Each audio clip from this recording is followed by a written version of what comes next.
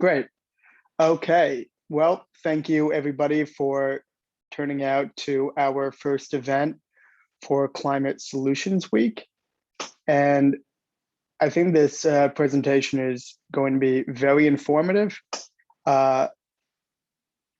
as we are looking with Climate Solutions Week and with the climate crisis. It seems that how we get from one place to another and how we go from where we are currently in our energy portfolio to where we want to be in the coming decades.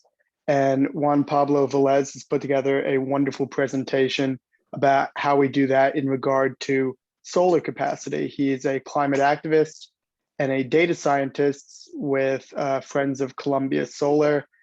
And he has put a lot of good work into this presentation. And I'm excited for everyone to see it because it is terrific. So Juan, if you want to take it away. Sure. Hi. Should we wait maybe a couple more minutes for folks to show up? Yeah, sure. Okay. Let's just do another 2 minutes. Yep. And if you want to do a just brief intro or. Sure. Yeah. So I'm Juan-Pablo Velez. Some of you know me personally. I'm the co-founder of a group called Friends of Columbia Solar, which is trying to promote large solar farms in Columbia County, which is part of the Hudson Valley in New York. And I got interested in, I used to be a climate activist in college, and I took a little break, and now I'm kind of back into it. And I got involved in this work again last year because I moved to upstate New York, and at the local farmers market, there were some folks that were very opposed to the local solar farm that was being built, which seemed very strange to me. And that's kind of how I started learning about the opposition to solar farms that has developed in upstate New York, and then started doing all this research that I'm going to present to you today.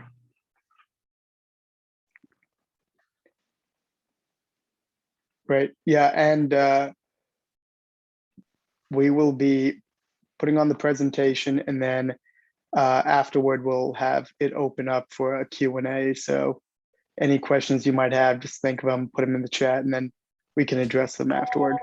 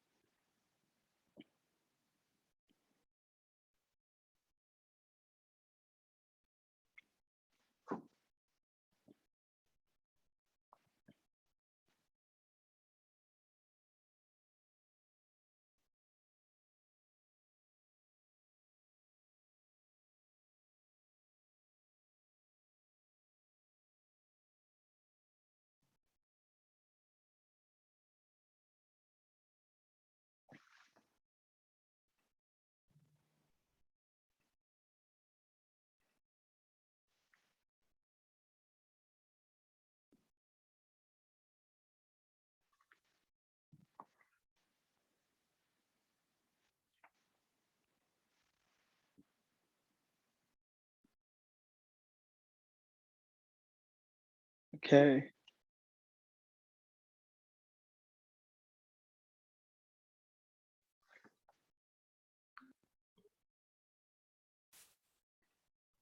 All right, let's get started. So I'm going to share my screen.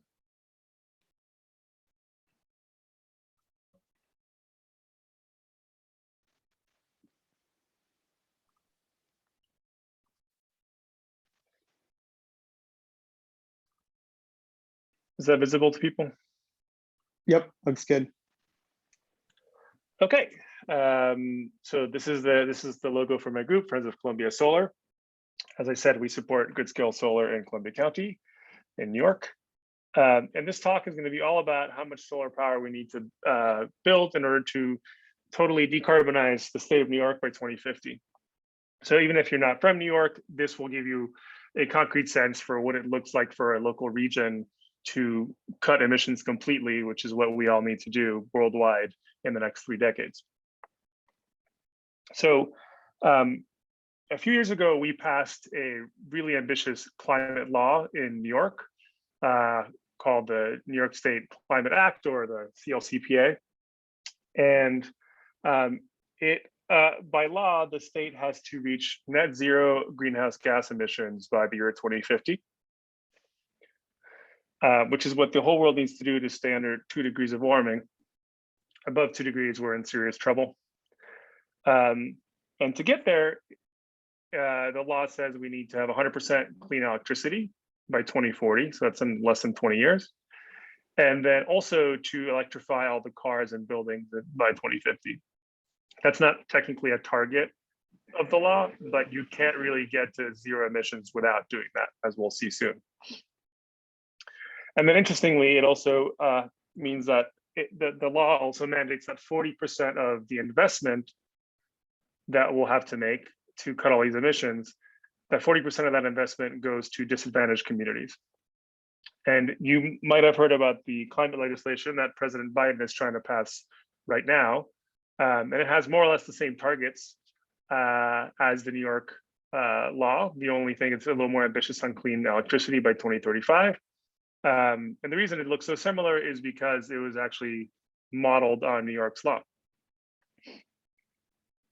Okay, so let's think about what it's going to take to cut emissions completely by 2050. So this is how many greenhouse gases are currently produced in New York. It's just over 200 million metric tons of CO2 equivalent. CO2 equivalent means that we're looking at all the greenhouse gases like methane, which is a very powerful greenhouse gas, not just CO2. And I don't really know what 200 million metric tons means. It's a big number. The important thing is that we have to make the gases go from this to this, to basically zero, and only 3 decades. And so we need to find ways to do that. So let's start by cleaning out our electricity because that's a big source of emissions. So this is the little gray bar you see is all of the power produced by the state of New York currently. And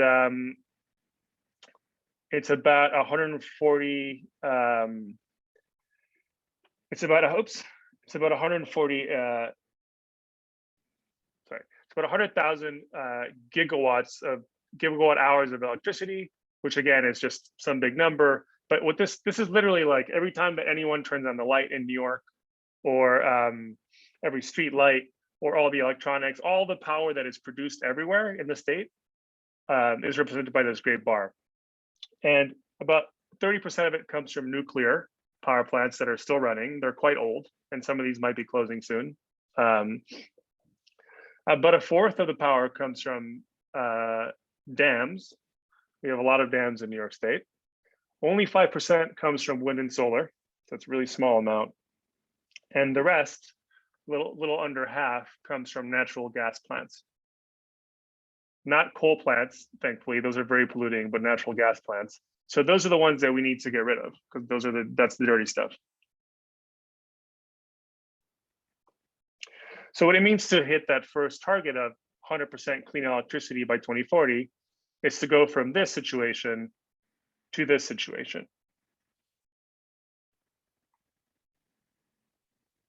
So what we just did is we built a bunch of wind and solar so we could shut down all those natural gas plants. And now we have 100% of our power is being produced cleanly. And you might wonder, well, why don't we increase the nuclear or the dams? And the reason is that there's no one really building nuclear plants right now in the US. It's very politically unpopular and expensive, and it's not really planned for New York. And then for the dams, there will be a few more dams in the next few decades, but most of the good rivers have been dammed already. So pretty much the only way to make clean energy is with wind and solar. There are other alternatives like geothermal or tidal energy, but they're pretty small, and you can't kind of put them everywhere as easily as wind and solar. So wind and solar is our best bet. But we do that, and we reach 100% clean power. And so now let's go back to our emissions, and let's see how much of the emissions we were able to cut because we closed all the power plants. It's only 15%. So we just made all 100% of the clean, 100% clean power in New York State, and that only lowered the emissions of the state by 15%. This really surprised me when I first saw it, because it's not what you would expect. But it just means that we need to look elsewhere to find emissions to cut. So the next place we're going to look is buildings, because every building in the state is basically a miniature natural gas plant. Most buildings are heated by natural gas. So you burn the gas and to keep to warm your home. Maybe you might have propane for your stove. And so you're creating your own emissions, just like a power plant would be. We don't know how to make clean natural gas, but we do know how to make clean electricity. So we need to electrify all the buildings, basically make all their internal systems electrical instead of fossil fuels. So, and we need to do that for all 6.2 million buildings in the state. What it looks like to do this is, so on the left, you have heating oil, which is often used to heat. So you see the little furnace there sending the hot air to the vents. In the middle, you have natural gas or propane that is used for the stove, obviously, and then sometimes it's also used to heat the water. And sometimes it's natural gas for everything. It depends, but the point is you have these different. You're using fossil fuels in your own home, and you have electricity coming to the house. That's what you see on the right, but it's not being used for very much. So we need to go from this situation to this situation where now the electricity is what's powering everything. You have what's called a heat pump there on the left. It gets the orange electricity going into it, and then it produces heat that goes to the vents still. It can also work as an air conditioner in the summer. And it can also heat the water. So we've basically replaced all the heating with these heat pump machines, which take electricity, and they use the electricity to suck the heat out of the surrounding air, and that's how they heat things up. And then a stove, every stove is going to have to be changed to an induction stove. And for those who have used electric stoves, and I mean, most of us don't like electric stoves because they're kind of hard to use. The new induction stoves are actually very good, so that's good news. So anyway, so we do this retrofit for all 6.2 million buildings in New York State. And that gets us 30% emissions reductions. That's pretty good. So now we're at 45%. We're almost halfway there, but we have to keep going. So now we think about all the cars and trucks that are out there. They're all spewing carbon through their exhaust pipes because we use fossil fuels there also. And we don't know how to make clean gasoline. We do know how to make clean power. So we need to electrify all the cars. All nearly 5 million of them. But again, we have a magic wand, so we can just wave the magic wand and all of a sudden everybody wakes up and their garage looks like this. And let's see how much that helped us now. So that is going to, 36%. So that's over a third of the emissions in one go. And now we have what, let's see, 66, 76, 81% of our emissions are gone. So this is most of it. When people talk about how to stop climate change, really it's mostly about making the electricity clean, removing the fossil fuels from the cars and the buildings through electrifying them. That's it. That's like most of the battle right there. It's called clean electrification. The rest are a bunch of little things. So landfills, the trash will tend to rot and produce methane. Farms also produce a decent amount of greenhouse gases because cows tend to burp methane. And whenever you till the soil every season, you are taking out all of the carbon that the plants, that the vegetables like trapped from the air into the soil. So you're stirring up the soil and then you re-release the carbon. And then of course there's industry, like we don't know how to make cement without producing CO2 as a byproduct, for example. So there's a bunch of smaller little things. And those things have to be fixed by people who own landfills, by farmers, by factory owners. But the top part, especially buildings and cars, that's completely up to us. right? We can clean the electric grid, but nobody can, like the government can just change the power plants, so we're producing clean electrons, but no one can change your car and your building heater other than you.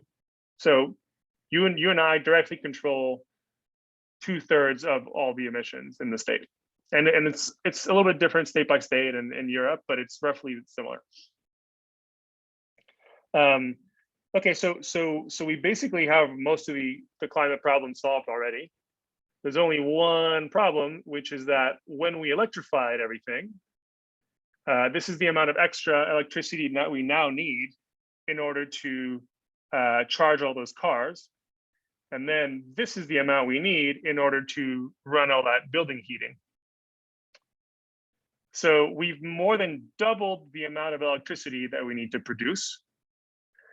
And if you think about it, if we don't produce it cleanly, then we're actually going to be worse off than we started, because we'll have a bunch of natural gas, like way more natural gas than we had before. And so emissions will come right back up. All the emissions that we got rid of from cars and buildings will have effectively just transferred them to dirty electricity. So that's not good. And that means that we need to actually do this. We need to produce all of that extra energy with wind and solar, which looks like a lot because it is. This is how much clean power we produce now at the bottom. This is how much clean power we need to produce in the next 2 to 3 decades. Because again, we need to stop burning fossil fuels to make electricity, to run our cars, and to heat our homes. And so we need to electrify all that. So all the numbers I've shown you so far, most of them, and all the ones I'm about to show you, come from a new scientific article written by Perez et al. And it's a really good paper. It's actually pretty easy to read, even if you're not an expert. So I recommend that people read it, but just know that this is where I'm getting all my information. So I'm going to focus only on the solar chunk here. So this is all the solar we need to build. Wind we'll do another day. So you might ask, how much solar are we actually talking about here? Well, one way to think about it is we need to produce more solar electricity than we currently produce total electricity. So that's how many solar panels we need to build. Enough that we could power what we currently use entirely off of those panels. So it's a lot, because New York State has a population of whatever, 10 million people. Another way to think about it is that this is 300 square miles, if you want to look at it in terms of how much area it would take. And that's about the size of New York City. So that yellow square there, imagine one big solar panel covering most of New York City. That's all the solar power we need to make. And then there's a whole bunch of wind that we need to make. And then we're good. We've produced all the clean electricity we need and therefore lowered all the emissions. But of course, we're not going to cover New York City in one big solar panel. That wouldn't make sense for a lot of reasons. So instead, we need to take this thing and break it up and spread it out all over the state. But the first takeaway I want you to have is that we need to build a lot of solar, because this is not nothing. So the next question that comes up is, okay, we need to put all the solar everywhere. So where do we actually put it? So as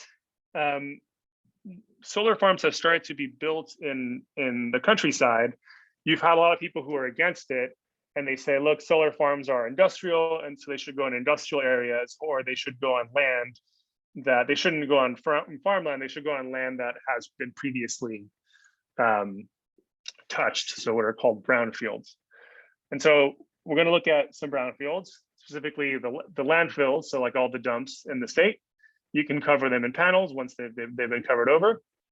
And then also all the mines that are out there, there's an area around the mines that isn't used for anything. And then all the industrial areas and all the brownfields, all that stuff. Let's cover all of them in solar panels that we can. So that gets us about 12% of the solar that we need, which works out to about 35 square miles. Juan Pablo, someone's asking, it's 300 square miles total, right? Yeah, so this is just over a tenth of the total. So the main thing to notice here is, yes, we can cover all of the industrial areas that you want, but it's only a starting. It's only a start. So other folks, so then people will say, well, why don't you put them over parking lots? Because it's kind of free space, and the panels can shade the cars in the summer. It's a good idea. So let's do that. Let's cover every usable parking lot in the state. That gets us another 8%. So we are a fifth of the way there. We still have a long ways to go. So now we should probably start covering some buildings. And the other thing you'll hear people say is like, look, most of the natural gas plants are actually in the southern part of New York, and they produce electricity for New York City. And most of upstate New York is actually powered by dams and by nuclear. And so let them fix their own problems since they're the ones that are polluting. Now, that's not really how the electric grid works. The whole point is that you have a whole system that is integrated and where energy is produced in many places and goes to many places. But let's try it. Let's take that challenge on, and let's cover every building in New York City. So every usable rooftop, because only about half of rooftops can have solar, because maybe the roof is old, or it doesn't face the light correctly, or there's some trees or whatever. So in practice, it's about half the rooftops. So every block in New York City will look something like this. And it turns out that if we cover all of New York City, it's not nearly enough. So let's keep going. Let's also cover all of Buffalo and all of Albany and every city and every suburb around the cities and every big box store, commercial area, and all the, every other building in rural areas too. So like here's a farm with some solar panels on it. So what we've just done is we've gone from this, kind of this empty New York state, to this. So this is every other rooftop in the state covered in a solar panel with our magic wand. So what does that get us in terms of the solar we need? Yeah, pretty good, 62%. So now we're 82% of the way there. We're almost there. There's one thing to say though, which is this is a huge assumption that you can just kind of like magically convince every other property owner in the state to pay $10,000 or so to put panels on their roof. I mean, we can get some of the way there, but I think it's probably wishful thinking that we can do every other roof in the next 20 years. But let's just see. What we're trying to do is avoid putting solar panels on farmland because it's controversial. So we're trying to do everything we can to avoid it. So what's left? About 18%, which works out to 52 square miles of that 300. And what we just did is we basically just covered the entire built environment of New York. We covered all the buildings, all the parking lots, all the industrial areas, all the land that's been previously touched in some way. So now we basically have two options. We can start cutting down forest. If you see a big empty area in the north there, those are the Adirondack mountains, and there's a beautiful forest there that's protected. So we can start cutting that down. Or pretty much the only thing left is farmland.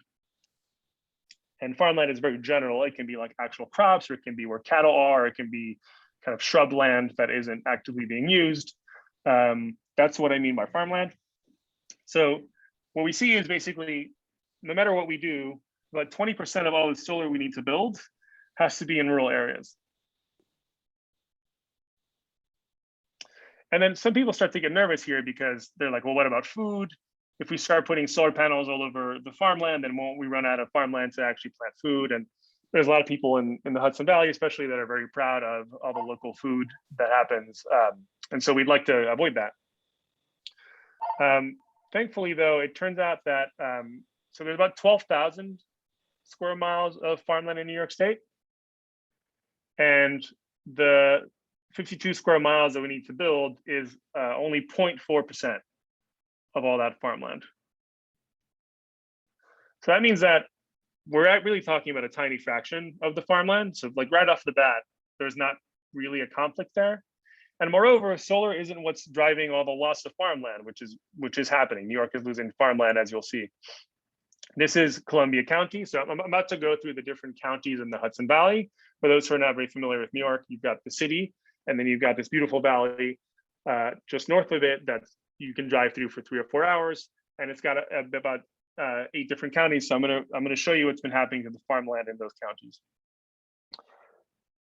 So Columbia County, which is where I live now, had just under 150,000 acres of farmland in 2002. And then less than 20 years later, it had lost about 20%, which is pretty fast. That's like a 1% a year. Orange County, which is nearby, even bigger percentage.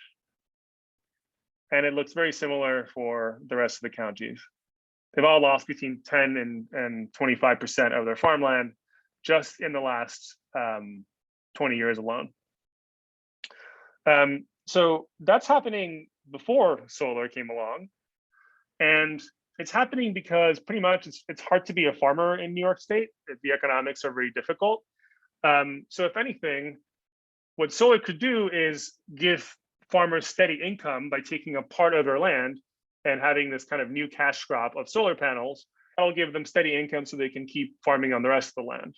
So if anything, this will probably lose less farmland than we would otherwise by giving farmers the opportunity to take some of their land for solar.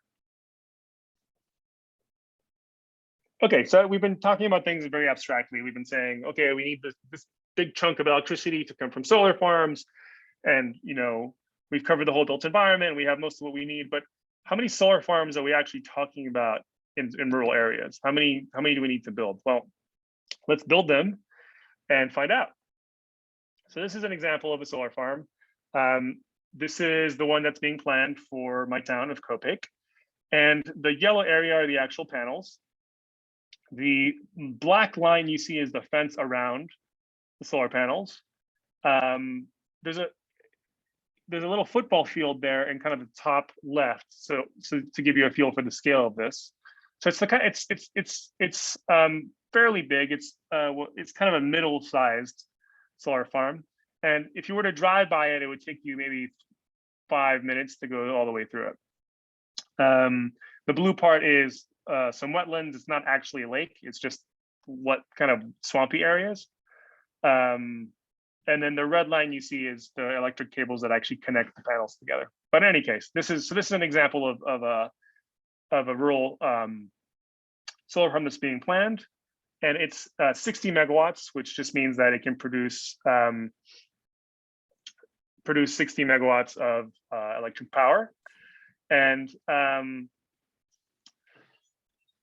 so we're going to make all of our solar farms are going to be 60 megawatts, so that size. And the reason is that a lot of people think that this solar farm, which is called Shepherd's Run, is already too big. And at least in my community, there's a fair amount of opposition to something that's this size already. So, which is about 80 acres of panels. So we're going to keep it that size and not make it any bigger. Okay, so let's build some solar farms. You're about to see this kind of animation of us building solar farms. And every green dot you're about to see is a single 60 megawatt solar farm. So it's one of the ones you just saw. Okay, so here's the whole state. Every green dot is a solar farm. In the lower left, you can see what year we're in and how many we've built so far.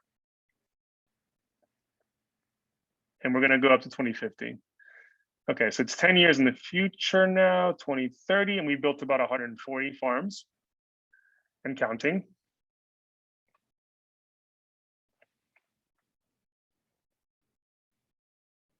Keep in mind, these are if we only make them medium-sized, no bigger and no smaller. 2040, 20 years in the future, we're almost at 300 of them. And remember too, that this is just half of the electricity we need. The other half comes from wind, which will be kind of by the Great Lakes or in the ocean. Okay, almost 2050, and we're almost at 400 solar farms.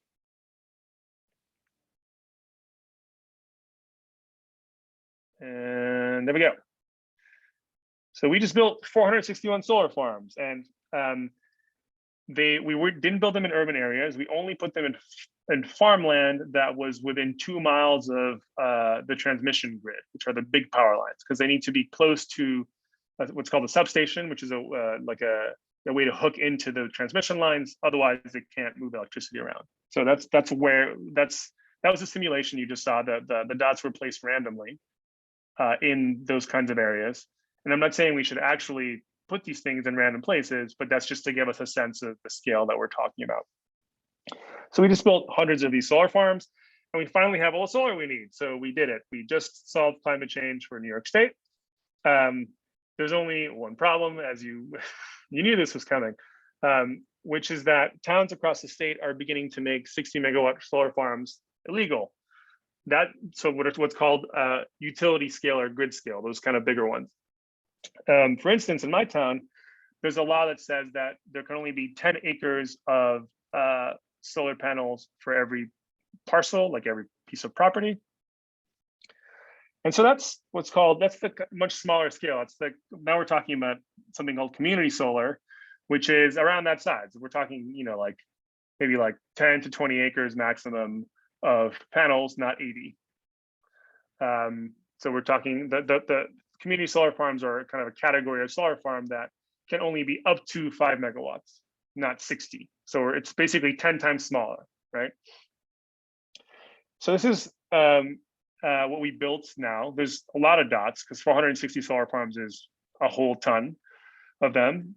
But if we can only, that's if we build each of them to be 60 megawatts. But if each of them has to be 5 megawatts, oops, where'd my chart go? Oh, no, my chart. Well, there was another chart here that showed way more dots on the map. It actually works out to 5,500. So it's a truly massive amount that there's probably no way we can build that many.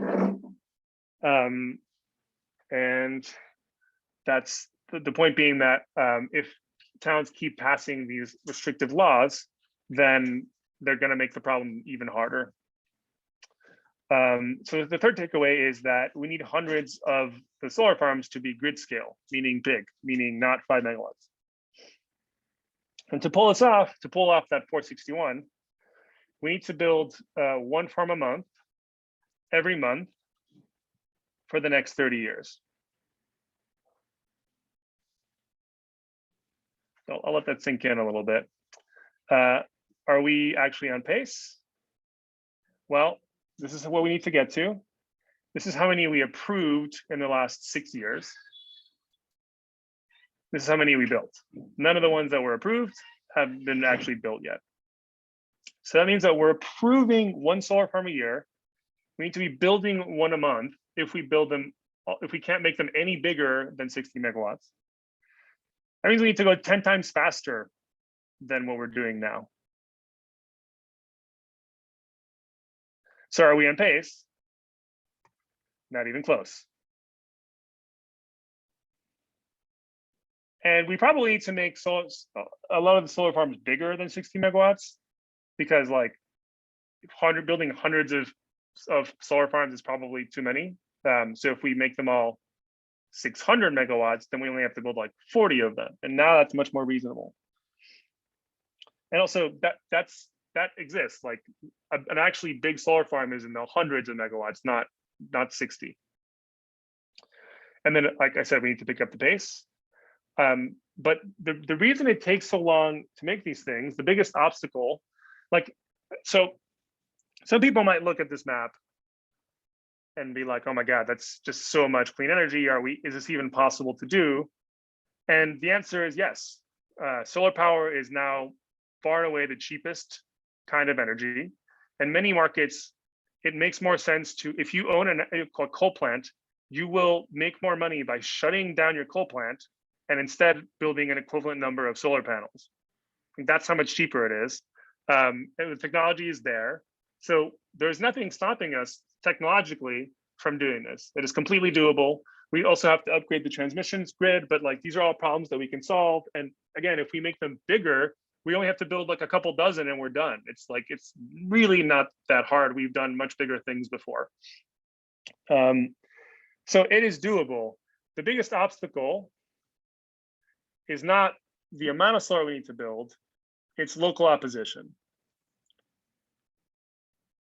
to these projects. So right now, there's 36 grid scale solar farms being developed across the state. So that's pretty good.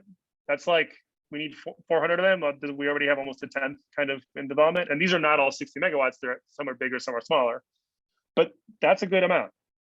The problem is 16 of those, which is almost half, already have opposition groups. So groups of neighbors that are against the solar farms. And only 8 of them have supporter groups like mine. You might wonder, okay, but those are neighbors. I mean, what about the actual politicians whose job it is to lead us out of the climate crisis? Well, the Kopik is what's called a township, so it's run by a board. It doesn't really have a mayor; it has a board of supervisors, and they're all Democrats, and they're all against the project. Our state senator is a Republican and is against the project, so not that surprising because most Republicans don't really support climate action. But then our state assembly member is also a Democrat and is also against it. Her name is Dee Barrett, and she not only voted for the climate law, but was one of the co-sponsors. So the climate law is like she was like one of the main people behind it. And now she's against the first utility scale solar farm in her district, even though you see just how many we need to build as a result of the law that she co-sponsored and voted for.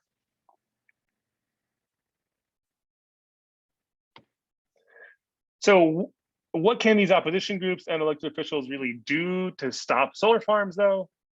Well, remember, we need to pick up the pace by like 10 times-ish. So the people at the state level know that, and they passed this second law to go with the first one, the 2019 Climate Act. And it's called the Accelerated Renewable Energy Growth and Community Benefits Act. And basically the idea is to remove some of the red tape that has been causing these solar farms to take so long to build, because it can take about 4 years or longer to get your solar farm approved by the state. If you have a large solar farm, like one that's bigger than 20 megawatts, then you can't just have the local town say, yes, we want it. You have to go to the state, and there's a very long process that you have to get through. So they tried to shorten, there's a new process called 94C, and they've basically tried to compress the total amount of time it takes to more like 2 years. But my town was not happy with just trying to oppose the solar farm within its own boundaries. It also sued the state in order to get these regulations thrown out or revised. So this is the lawsuit. There's the town of Kopik. You will also see some other towns that are also facing renewable farms that they don't want. And then there's a bunch of kind of birding groups that really like birds, and they don't like wind farms because wind turbines do kill birds. Although it turns out if you paint one of the blades of the turbine a dark color, it reduces the number of birds that get killed by like 80%. And something like 1,000 to 10,000 times more birds are killed by house cats every year than wind turbines. So you kind of have to put the threat in perspective, especially since 2/3 of the birds in North America are projected to be extinct in the next 100 years because of climate change. So if you actually care about saving birds, you should be building lots of windmills.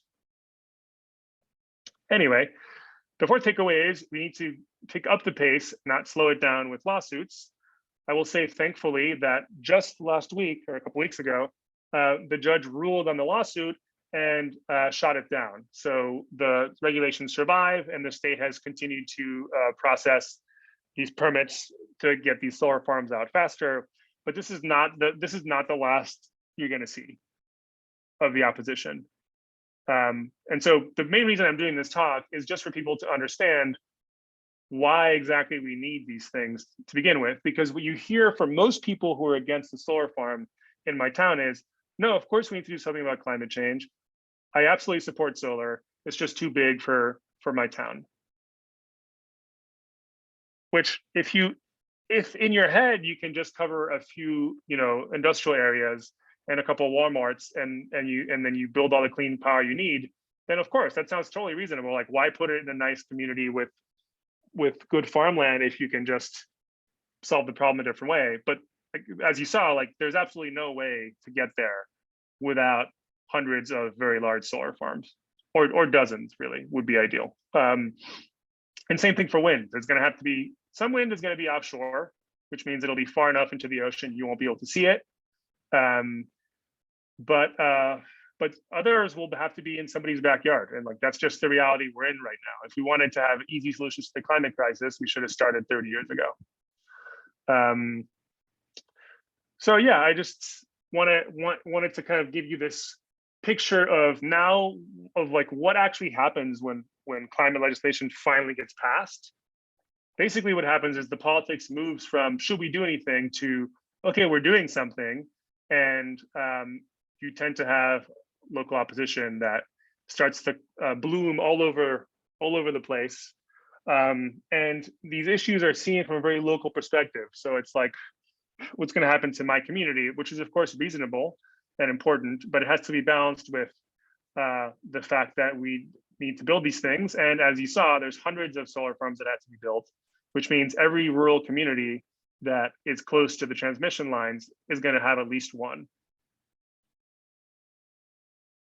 And in my view, should be proud to have at least one, because it means that we're finally redefining our relationship with nature, going from a destructive relationship with nature to one where we can actually support our quality of life and our human flourishing without polluting the environment, which is kind of incredible that we can do that. And we can do it not only period, but we can do it while it being cheaper than the destructive fossil fuels. I mean, it's totally amazing that we can do it. So yeah, that's the talk. And if you want to get in touch, involved with our group or in touch with me, this is my contact information.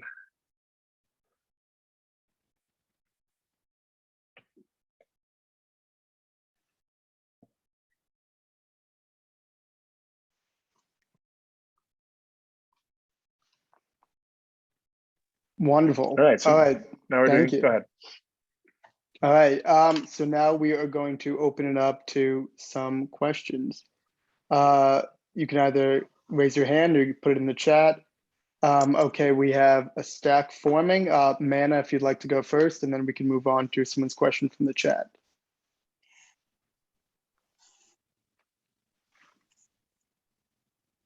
Okay, thank you. Juan-Pablo, thank you so much. It was a wonderful, clear presentation. I want to, just from Clearwater's perspective, say that I think you were pretty neutral about nuclear power, and we feel very strongly that generating more very high level nuclear waste makes it as much of a danger to the future as you know, clearly we have to deal with greenhouse gases and climate change, but we feel very strongly that nuclear is not a solution. And we do agree with you that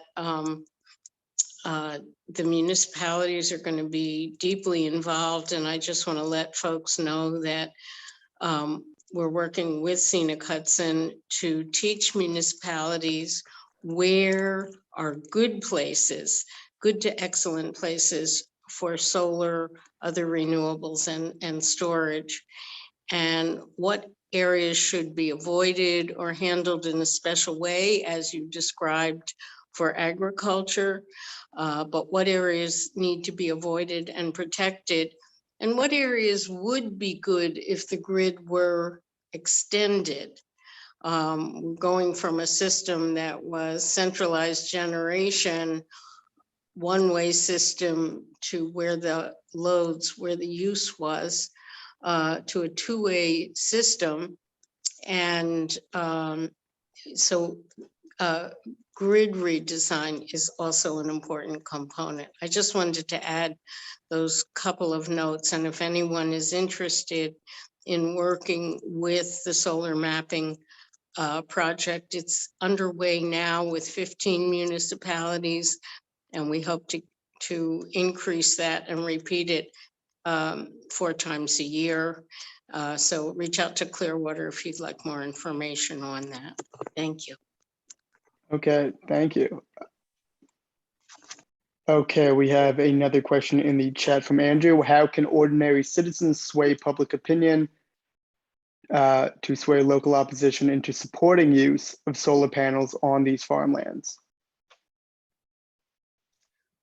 That's the question I've been trying to figure out for the last year. So thanks for asking the hard questions. I think, well, some people will never be swayed because if you buy a house and you put all your investment in there, and then from one day to the next, somebody says, we're going to cover your view in solar panels, I can understand why that means some people will not support it.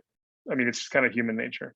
If that happened to me, I would be like, oh my God, we're finally doing something about this problem. But I recognize that most people are not like that. And I think it's it is what it is. So, but what we found is that there's actually a fair amount of support in the community.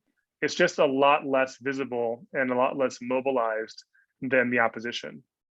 And this is true every time with almost any kind of development in a community. You'll often have support, but it's people who are against it who are the most passionate and loud and so on. So part of the answer is, I mean, this is a little bit self-serving, but it's like, you got to have groups like mine that make it okay to be for the project, because a bunch of people were out there feeling that they really, because my whole town is covered with signs against the project. And we found there's already dozens of people that actually supported the project, but they didn't really feel comfortable saying so. And so just having other people say to support it makes it easier for people to support it. And it's a bit of a catch-22, but that's part of it. The other thing is strengthening the benefits for the communities. So if we can make it so that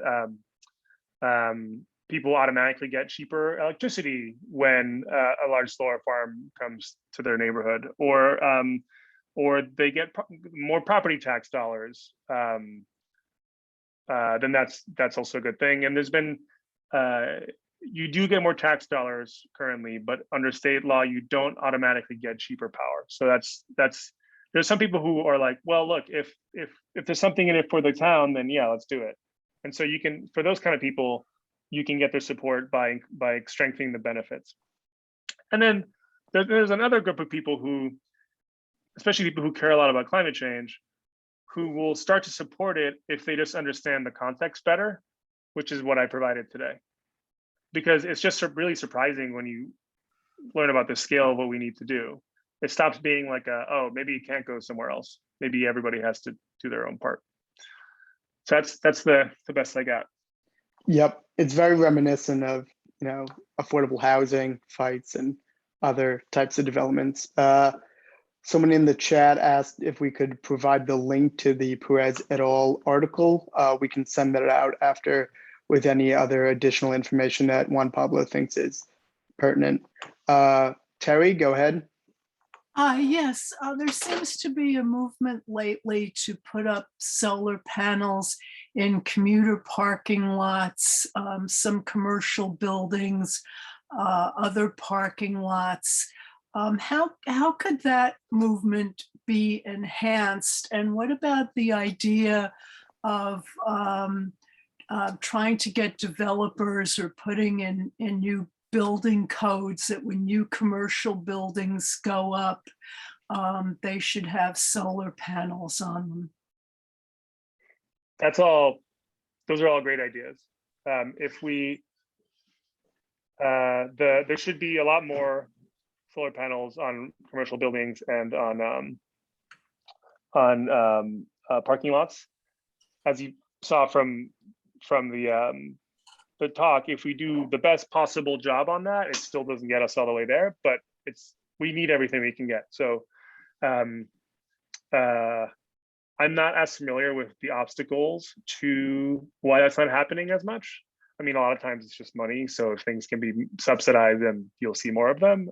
So I can't speak very much to what obstacles you would need to remove to accelerate that. But I mean, it's a good idea. We should definitely have more of it.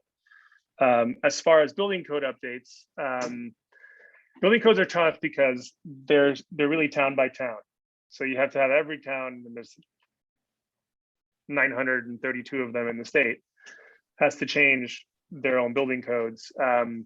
I think the bigger priority, the mandating solar panels is not a bad idea. I think more important is mandating electric heating, because we can always produce clean electricity for you, but we can't heat your house cleanly without you installing a heat pump, electric heat pump. So the first thing that they should mandate is that all new construction needs to be electrically heated and powered. And also, if they can make it so that it's energy efficient, that's good. But I mean, if you make it energy efficient and you don't get rid of the fossil fuels, it doesn't matter that much. The most important thing is just getting rid of the fossil fuels. Yeah. Okay, Ethan, go ahead. Thank you for the presentation. So we've seen a number of estimates out there from New York to meet the CLCPA goals, from 100 to 200,000 acres needed for ground-mounted solar across the state. And I think this estimate is in line with that. I guess I would just highlight that New York has a really important agricultural economy as well. And we need to be thinking about creative ways of doing more than one thing at once here with this land. And we're talking, I'm at American Farmland Trust. We're talking to developers who are genuinely interested in agricultural co-utilization at scale, as well as at the DG level. And I would just love for you to comment on that, given that that may be a direct way to address the resistance that you're seeing and be more efficient with our land use, particularly on high quality farmland. Thanks. Yeah, great question. Part of my thing is to be boring and to really underscore the fact that there is no real conflict between solar and farmland use, because we're only talking about 0.5%. So it's like really, really almost nothing. And people, the more we can spread that, the better, because then there's less concern. That said, I think what you're referring to is agrivoltaics. So where you raise the solar panels, and that way you can plant certain kinds of shady crops underneath, and then you can do both. And I think that's really great. We should do as much of that as possible. My understanding is it's a pretty new field, and so some of that stuff is expensive to do compared to just regular ground-mounted panels. So the only thing I would say is make it possible and then see what the market does, but don't make it the only way to do it, because then we could have a problem. But I mean, yeah, I think we should have as much of it as possible, and we should definitely support it. And you're right that from a political standpoint, I mean, I really think that, like, if you look at the numbers, there's not really a conflict there. But from a political standpoint, it is helpful, because then people see, like, oh, these things can be complementary, and then it helps alleviate people's concerns. Although I will say there's solar developers that I know that have decided not to go that route, because it means you have to raise the panels, which means they're more visible. And so neighbors complain more. So if what you're trying to do is limit local opposition, to me, it's not clear whether you ultimately have less opposition by doing farming and solar panels, or by keeping them lower. I really don't know. But aside from the opposition, I think it's a great idea and we should do it. Okay, we have another question in the chat. Have there been, sort of related to the last one, have there been efforts to mobilize farmers, since they stand to benefit materially from leasing their land? In New York State, people have a right to farm. The state cannot prevent you from using your lot to grow apples or hay, for instance. Have there been efforts to bundle solar power into these rights to grow? So I'll tackle the first one. There haven't been a lot of efforts to mobilize farmers that I'm aware of. It's something that's been on our to-do list for a while and haven't gotten to, but it's a great point. because yeah, farmers and are the people who will benefit the most from this. That and the people, sometimes the farmers don't own the land, but they lease it from people who do. But in general, it's going to lead to a fair amount of wealth coming into rural areas, which, as you see in many parts of the state, are declining. Yeah, it's a good idea, and something that we should definitely work on. And then for the second thing, I don't think that solar power is regulated differently. So it would be clever to say that, you know, solar power really is a kind of crop, but it's a whole different legislation, unfortunately. Okay, and I think we'll have time for one more question if anyone has.